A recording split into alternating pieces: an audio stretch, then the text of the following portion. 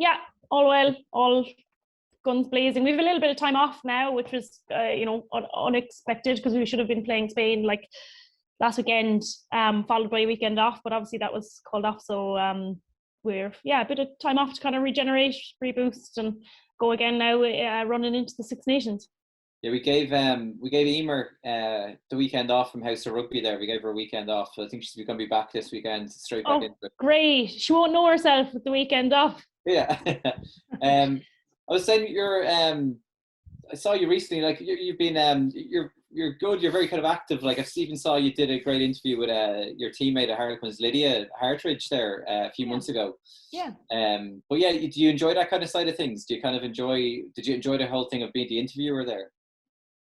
Yeah, I did. I thought that was really nice, and that was really like Lydia was asked to be part of that, and tell her story, as an LGBTQ member of Harlequins, and they asked her who would she like to, chat about it with, and she was like, actually, I think Anna would do, a really good job at it, and I was so flattered. And I just love chatting to people and hearing people's stories, and I really enjoyed it, and I hope it got really good feedback, and Lydia enjoyed it, and I'm so happy to be part of a movement like that. And I always say, and I'm just such an advocate for like rugby being for everyone and for anyone, so I'm always like, put me down for a conversation about something positive like that, and I'll be there.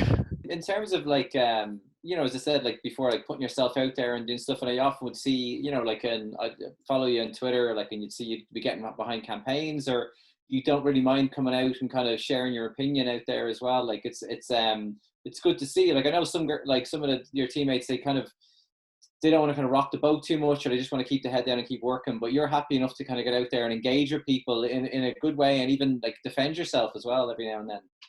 Yeah, I hope so. And for me, and for a lot of my teammates as well, taking part in kind of debate, or like standing up to people, or defending myself, or defending me and my teammates, or my sport that I play. It's important to me. Like, trust me as well, there's a lot of tweets I've written and I've been like hovering over the send button, and I haven't sent it, because like that, you do have to think about the people that you're representing, and you don't want to get into a big massive confrontation with anyone online. But sometimes I do take the decision, like, no, this is what I believe in, and this is what I stand up for, and I hope that what I say is kind of respectful of the teams that I represent, and my teammates, and things like that. Even though obviously any view I express, like anyone, on Twitter, social media, they're my own views, and it is important to me to use my voice and my platform to hopefully spread a good message, on whatever topic that might be. Yeah. There was something there recently with Emer and Fergus were talking about it on the show, and it was a good conversation. Like Fergus was even saying that he wasn't really aware until he kind of got to know Emer, just the time and effort that goes in. Like Emer was kind of saying, everybody has the full-time jobs, or will be working away or studying away, and then would go in and do like 3 double sessions over a weekend, and you don't have that much time to yourself. And we put a video out there about it, and I was even like, it's still surprised to this day, like that. Like there's a lot of negative stuff that would still come back about that. Like, cause we'd be saying like, look at the sacrifices that it's made. And then everyone's like, oh, the sacrifices for every sport. And I still think it's still almost like a bit of an education where people don't seem to really get how much time and effort really goes in for all this, especially for like, a lot of you guys would all be kind of amateurs as well. Yeah. And I think that, actually a lot of people thought that I was professional when I went to play for Harlequins, and a lot of people were like congratulating me, but no, I wasn't. They in the Premiership, they like to use very professional language. So the announcer draws Anna Caplice signs for Harlequins, which in the men's team implies a job, or a signing, a monetary value or return. But that wasn't the case, and that's kind of starting to change in the Premiership now. They are starting to pay players, but certainly when I joined Harlequins first, that wasn't the case. But because of the the message that was put out there, a lot of people thought that I was turning professional. So it is important for people to know that we're not, I think, because I think you need to understand that when you're getting to know players and getting to watch the games, and know that the English girls, their full-time job, and for us it's not, and we have another full-time job, you know, on top of that, and you know, you've to train around that, and it makes it a lot harder. But the thing is, like, you know, women who play rugby, and it is, like I say, it's starting to change, but like when I started rugby, or when any of my teammates started rugby, it wasn't for the money. None of us were like, okay, I'm gonna, you know, make a job out of this. You know, we all have some other passion or something else that we love that has become our job, and then we're very, very willing to play, you know, rugby around that. All you want in return then is, like, you know, respect, and for people not to be like berating the game online, which is so easy for someone to do. Yet you're there, you know, getting up at 6:30 to go to the gym, you know, getting your session done, doing a full day of work, coming home, grabbing something to eat, going out the door again to training. So, you know, it's definitely building where training demands are becoming higher, and, you know, eventually it will have to, you know, just go down the professional route for it to be manageable, and for us to, you know, keep on the tail of the teams at the top, which is where we want to be. You know, we don't want to be aiming for third spot in the Six Nations just because the teams ahead of us are professional. Like, we still think that, you know, when we analyze teams like England and France, you know, we still want to catch them on the hop and analyze them enough so that we've, you know, identified their main threats, that we can, you know, get a win and get a W in the box when we play England and France. But that is hard when they're professional and we're not. So, you know, you're almost, I don't want to say like happy to take third, but you're very happy then to have beaten the other teams that are on your same amateur level. Yeah, that's it. And like, because I remember it was interesting there last year, I was chatting to Leah Lyons, like, who's over with Queens as well, and she was having to take a job in Tesco, you know, like because she had lost a coaching job at a college as well, and you know, that type of stuff that people might not be aware of, like that here's an Ireland international, you know, having to go and, you know, get a regular kind of job, like just to kind of keep going because something else is kind of falling through. I was wondering how it worked out for yourself, like what happened when all rugby stopped? Like, were you able to still work away, or like what was your situation? I was working for Harlequins Foundation as a development coach, which I absolutely loved, and like, to be honest, it was like my dream job, like, because I'm a qualified teacher, and when I last year with Harlequins, I decided to work part-time so that I could fully commit to training throughout the week. So I had worked out a schedule with Harlequins Foundation that I could work around my training schedule. So that was really great. Frustratingly, with the pandemic, I moved back to Ireland for a bit, and then I went back to the UK, and then things had kind of changed. So I lost that job essentially from all the kind of moving around, and that was disappointing. But it's now left me in a place where I decided recently just to come back to Ireland to focus on the World Cup qualifiers, which then were postponed. So it was all just kind of one thing after the other. So, you know, I spent a lot of years in college studying languages and becoming a teacher, and now I'm like, you know, just making coffee. I just started working in a coffee shop, which is fine. Okay. And that's fine for me, and I'm happy to do that, you know, to put my playing career, you know, first, you know, in these last few years of my playing career, to prioritize that. But it means that you know, like Leah going taking a job in Tesco, like you know, me going making coffee, even though, to be fair, all those days that I was like,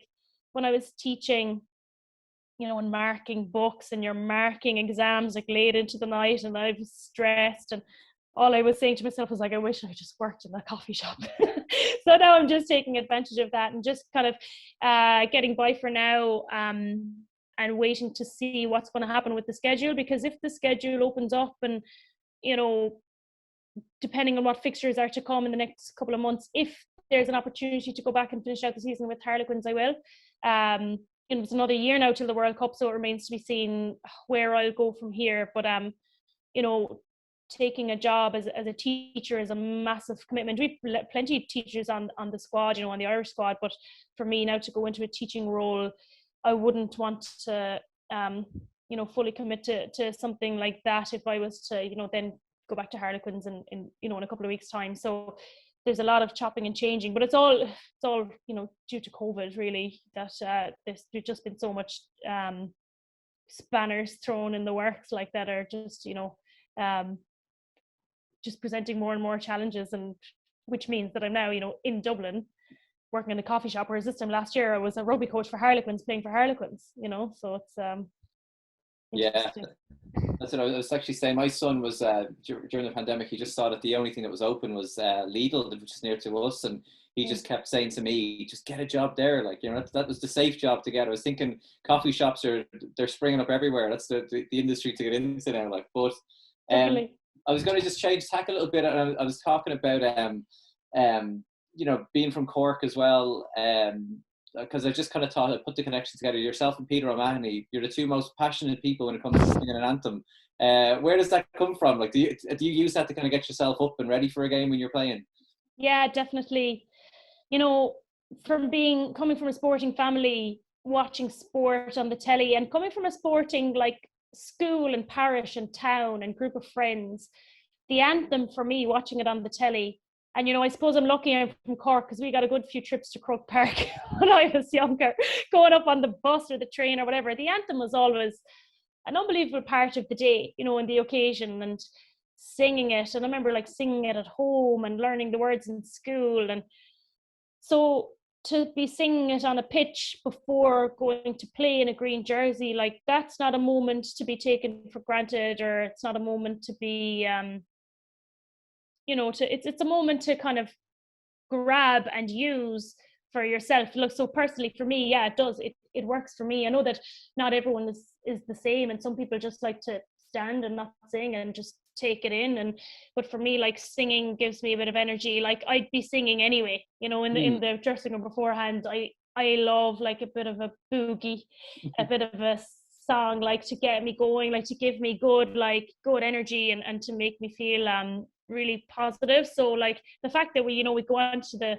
pitch and we get to sing 2 songs when we were in Dublin, you know, like, that's 2 opportunities to get like, you know, get a bit higher in your energy scale, and something that you can't really, you know, replicate or can't buy, or, you know, you could take a Lucozade shot or something, but you know, it's the feeling of like singing the anthem. That's pretty amazing. And then, yeah, you said that you're kind of from that parish. I remember last year or the year before, when the murals were out, and there was a mural of yourself down in Mallow. Is that where you're from? And what was your own kind of sport and background as well? So I am from Mallow. I went to primary school just outside Mallow in a village called Dromahane, in a, you know, mixed co-ed school, or, you know, playing soccer with the boys in the yard. Like, that made me very competitive, and just having a brother really close in age, like, made me like super competitive as well. But there was a big GAA country. Like, I played underage camogie and football there, and then when I went to secondary school in Mallow, I was playing football. Was always a member of the tennis and golf club, because my mom was a tennis coach, and in Mallow the tennis and golf club are in the same ground, so it's kind of, you know, you play one, you play the other, and that was an amazing club to be part of, and made wonderful friends through that, and met wonderful coaches. And I also was a member of the Mallow Angling Club, and did fly fishing for years, which is, you know, kind of a different one, and a more slow-paced kind of sport compared to rugby, but something I loved as well. And even when I was young, I actually couldn't believe how much I enjoyed it, because it was just, you know, standing in the river and casting, and just the competitive nature of the, you know, the patience element of that I absolutely loved. And I'll be looking forward to getting back into that, like, when you know, when I retired from rugby in the future. So always had different types of sports that brought out different kinds of qualities in me, you know, as a competitive sports person, and, you know, all kind of came to a head then when I started playing rugby. Yeah, and the I don't know, like, you might not have seen the full details of it there, because they only announced it this morning, but already been asked about it already. But World Rugby were announcing the details of this WXV tournament, where it's you know, hopefully, you know, if there's a top 3 Six Nations finish, you get to compete against the likes of, you know, New Zealand, Australia, even Canada and USA. Like, that's got to be, it's great to see a bit of progress made there, isn't it? Definitely. You're right. I haven't seen much in it. I only just I've seen probably just as much as you have about it. I didn't even know it was called WXV. I just saw that there was a new tournament, so that's exciting, especially after all the disappointing news this year of things being postponed and pushed off and one thing after the other. And so it's really nice to get a bit of good news and something really big to aim towards now. It's not just, usually for us it's like Six Nations World Cup, and then you go again, and to have something kind of in the interim now to aim for that has a bit of silverware at the end, because we've been lucky to take part in autumn internationals the last few years, but they're kind of token tests really, whereas an actual tournament, a world tournament, like that's amazing, and I'm really happy to hear that announcement this morning. So you can catch up with it all now this afternoon. But plenty of reading to do. Hey, were you watching that match? Yeah, I've got my favourite jersey on too. Cool. The Irish jersey is the best jersey in the world. I hate some of the players though. Can't wait until the team is back in Dublin and we'll be in for it then. I'll be waiting. Hey, don't be proud of who you are. You don't deserve Irish nationality. Shouldn't be allowed near an Irish jersey that foreign. I hope he never sets foot in this country again. Yeah. What got him back to wherever he came from? Some of those project players are bigger frauds than our welfare tourists. They need to off back home. It's obvious he's not from anywhere near here. He's a traitor of two countries now. We shouldn't be accepting second-class citizens in the first place. He'll probably play the victim now too. The filthy. It's our country. We deserve to be heard. You wouldn't want your kids to talk like this in the playground. So why would you say it online? This script was compiled using real tweets directed at Irish rugby players. Be kind. Yourself and Ugo were kind of getting the word out there today, but like happy to kind of lend your voice and kind of get the word out there as well, a bit more about it. Definitely, because I believe that, the conversations around, the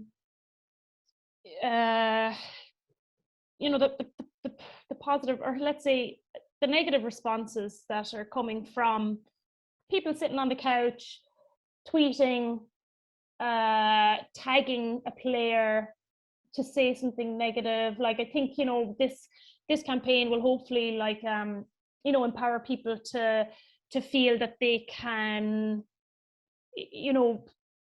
object to that, and to realize that that's not the right way to do things, whether it's you yourself that makes those negative comments, or someone that makes those negative comments, that this awareness that that's not the right thing to do. If like these cartoons have, they're very difficult watching. They're very cute, and the voice are very cute, and the cartoons are brilliant from Matt, and they're still very difficult to watch and very uncomfortable. But that's then they've achieved their goal.